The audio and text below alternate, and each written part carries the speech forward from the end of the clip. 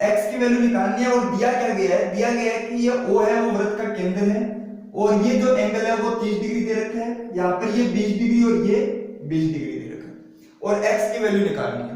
अब देखो x की वैल्यू निकालने के लिए मैं क्या करूंगा, x की वैल्यू निकालने के लिए मैं क्या कर रहा हूं, O को B से मैंने यहाँ पर इन दोनों को मिला दिया, O और B को मिला दिया मैंने।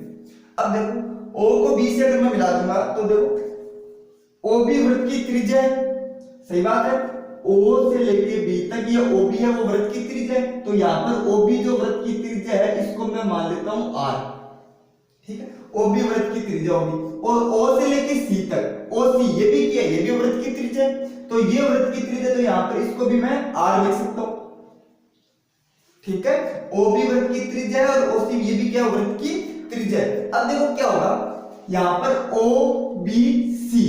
OBC के अंदर OB ये बराबर है किसके, OC के, तो यहाँ पर ये OB और OC आपस में बराबर होने के कारण ये जो त्रिभुज है वो कौन सा त्रिभुज है, समद्विबाहु, और समद्विबाहु त्रिभुज होने के कारण यहाँ पर ये कोण अगर 20 डिग्री है तो इसके सामने ये जो कोण है ये भी कितनी डिग्री होगा, 20 डिग्री।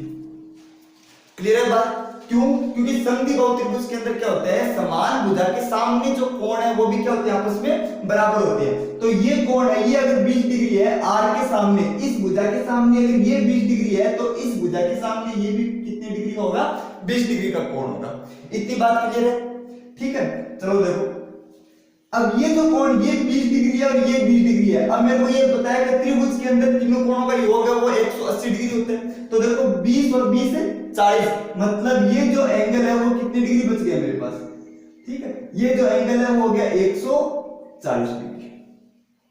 ये देखो ये एंगल 140 हो गया, यहाँ पर ये 20 डिग्री मेरे को दिया हुआ था और ये 20 डिग्री हो गया, और ये जो बचा हुआ एंगल है यहाँ पर ये टोटल 30 डिग्री था, तो ये 10 डिग्री हो जाएगा, ठीक है, यहाँ तो कोई डाउट नहीं है, ठीक है। अब देखो मेरे को मान निकालना है x का, x की वैल्यू निकालनी है। अब x की वैल्यू निकालने के लिए मैं क्या करूंगा, यहाँ पर देखना x की वैल्यू निकालने के लिए मैं क्या कर रहा हूँ, एक देखो साइन फॉर्मूला होता है जो 12th के अंदर आता है अपने पास, देखो साइन फॉर्मूला होता है, साइन फॉर्मूला क्या है, a अपॉन साइन ए, कोई भी ट्रायंगल है एबीसी त्रिभुज के अंदर a अपॉन साइन ए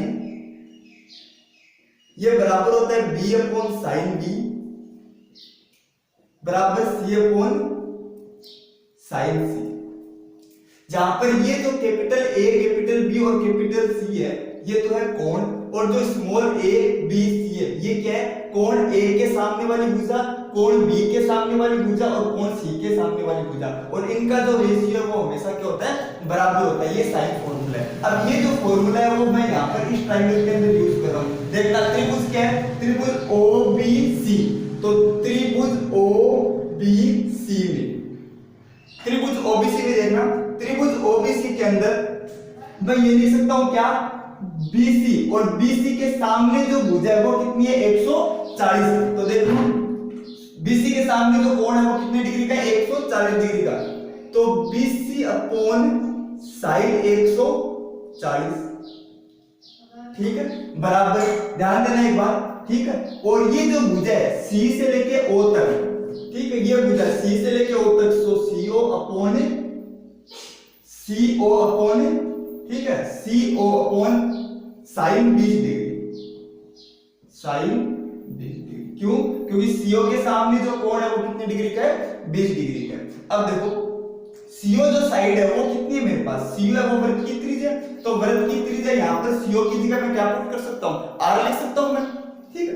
तो देखना, ध्यान देना, BC का जो मान है वो कितना आ जाएगा मेरे पास, CO की जगह तो R, और साइन 140, साइन 140 को मैं ये लिख सकता हूँ क्या, साइन 90 प्लस 50 डिग्री, क्यों, क्योंकि साइन 90 प्लस 50 140 होता है, क्लियर है बात, ठीक है, डिवाइड बाय नीचे क्या पड़े, साइन 20 डिग्री, ये पहले से था मेरे पास, ये BC का मान आ गया। अब इसको मैं थोड़ा सा सोल्व कर देता हूं, BC की जो वैल्यू है वो देखो कितनी आ गई मेरे पास, R into sine 90 plus theta.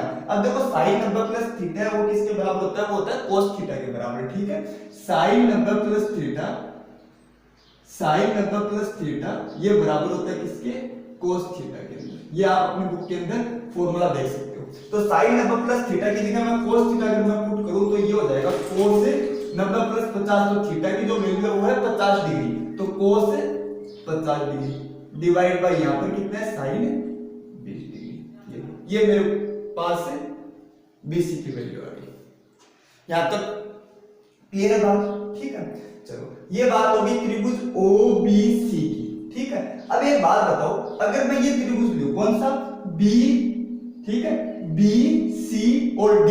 अब देखो त्रिभुज BCD में त्रिभुज BCD के अंदर ये जो टोटल एंगल है, ये जो कोण है ये है 40 डिग्री और यहाँ पर जो टोटल है वो है 30 डिग्री। तो एक बात बताओ मेरे को, ये जो D कोण है, ये पूरा जो एंगल है D कोण, ये कितने डिग्री हो गया?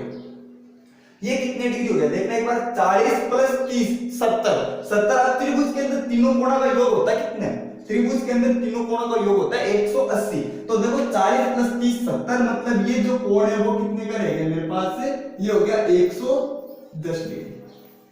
सही है, 110 डिग्री। अब देखना एक बात, हाँ मैंने BC की वैल्यू निकालनी। अब देखो त्रिभुज, हाँ देखना त्रिभुज त्रिभुज BCD के अंदर मैं क्या लिख सकता हूं? BC बटा, ठीक है, BC बटा इसके सामने जो एंगल है वो 110 डिग्री, तो BC बटा साइन 110 डिग्री बराबर CD। अब देखो CD के सामने जो कोण है वो है कितने डिग्री का मेरे पास? 30 डिग्री। तो यहां पर मैं क्या लिखूंगा? CD बटा साइन 30 डिग्री। क्लियर है बात? ठीक है, CD बटा साइन 30 डिग्री। अब देखो BC का जो मान है, BC का मान मेरे को मैंने यहाँ पर पहले से निकाल रखा है मैंने। तो CD की जो वैल्यू है वो हो जाएगी मेरे पास, देखना CD का जो मान है वो कितना हो जाएगा? देखो CD का जो मान है साइन 30 का मतलब कितना होता है? 1/2। तो साइन 30 का मान है वो 1/2। ये लो साइन 30 का मान है, ये यहाँ पर मल्टीप्लाई के अंदर 1/2 इनटू BC। अब देखो BC की जो वैल्यू है वो कितनी है? R into cos 50 degree, R into cos 50 बटा साइन 20 डिग्री। सही बात है, साइन 20 डिग्री इंटू के अंदर देखो क्या पड़ा है मेरे पास? CD। देखो यहाँ पर देखना CD का जो मान है साइन 30 का जो मान है वो 1/2, ये यहाँ पर 1/2 हो गया। BC का जो मान है वो है R इंटू cos 50 बटा साइन 20। सही है, और साइन 110 है वो पहले से पड़े। तो देखो साइन 110 का जो मान है, अब देखो साइन 110 को मैं क्या लिख सकता हूँ? साइन 110 को मैं लिख सकता हूँ साइन 90 प्लस 20, और sine 90 plus theta, sine 90 plus 20 मतलब cos 20। तो यहाँ पर मैं क्या लिखूंगा? cos 20 degree. क्लियर है इतनी बात? ठीक है, अब देखो, अब यहाँ पर एक फॉर्मूला और लग रहा है क्या? 2 sin theta into cos theta, 2 sin theta into cos theta. देखो ध्यान देना एक बार, 2 sin theta into cos theta, ये किसके बराबर होता है? ये होता है sin 2 थीटा के बराबर।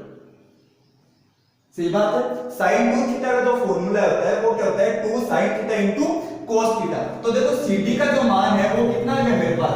CD का जो मान है वो आ गया मेरे पास कितना? 2 sin theta into cos theta, मतलब इसको मैं R cos 50 डिग्री, ठीक है, cos 50 डिग्री और डिवाइड बाय यहां पर मैं लिख सकता हूं sin 40 degree. sin 2 theta, theta का जो मान है वो है 20 डिग्री, तो sin 2 थीटा हो जाएगा sin 40 डिग्री। चलो ठीक है, यहां तक सही है बात। ठीक है, अब देखो जो CD का जो मान है वो, एक बात बताओ, cos 50 डिग्री और sin 40 डिग्री ये दो मान है, ये दोनों मान आपस में बराबर हो गए। क्यों? क्योंकि देखो cos 50 और sin 40 को मैं क्या लिख सकता हूं? यहां पर देखने के बाद sin 40 को क्या लिख सकता हूं? R cos 50 degree divide by sin 40 है, तो इसको मैं क्या लिख सकता हूं? देखना एक बार, इसको मैं sin 90 माइनस 50 डिग्री लिख सकता हूं। क्यों? क्योंकि देखो 40 90 माइनस 50 और sin 90 माइनस थीटा मतलब कितना होता है? sin 90 माइनस थीटा मतलब cos थीटा। तो cos 50 से cos 50 कैंसिल, तो यहाँ पर जो मान है वो कितना आ गया? CD का जो मान है वो किसके बराबर है? R के बराबर। ठीक है, तो CD की जो वैल्यू है वो क्या होगी मेरे पास? R, वर्ग की त्रिज्या के बराबर। ये CD का जो मान है वो कितना आ गया मेरे पास? वर्ग की त्रिज्या के बराबर आ गया। बस यहां तक था क्वेश्चन। अब देखना एक बात बताओ, देखो त्रिभुज यहां पर देखना ODC के अंदर, अब मैं कुछ लिख नहीं रहा, मैं यहां पर आपको और बता रहा हूं, त्रिभुज ODC। अब देखो त्रिभुज ODC के अंदर ये जो भुजा, ये जो साइड है वो इस साइड के बराबर है। तो ये जो त्रिभुज है वो कौन सा हो गया? समद्विबाहु त्रिभुज। और समद्विबाहु त्रिभुज के अंदर क्या होता है, बराबर भुजा के सामने जो कोण है वो भी आपस में बराबर होते हैं, ठीक है। तो यहाँ पर देखना एक बार, हाँ देखो ठीक है, मतलब इस भुजा के सामने कोण क्या है, ये x डिग्री, और इस भुजा के सामने कोण क्या है, ये, ठीक है। अब देखो ये दोनों कोण आपस में बराबर होने चाहिए, ठीक है, ये दोनों कोण आपस में बराबर। अब देखो यहाँ पर त्रिभुज के अंदर तीनों कोणों का योग कितना होता है, 180 डिग्री।